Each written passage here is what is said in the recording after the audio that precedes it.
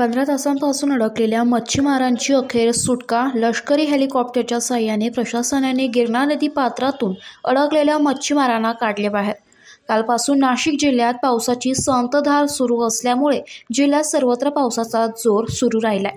त्यातच काल मच्छीमारीसाठी मालेगाव येथील गिरणा नदी पात्रात गेलेले 12 ते 15 मच्छीमार मच्छीमारीसाठी गेले असता अचानक पाण्याच्या प्रवाहात वाढ झाल्याने ते नदी पात्रात अडकले होते.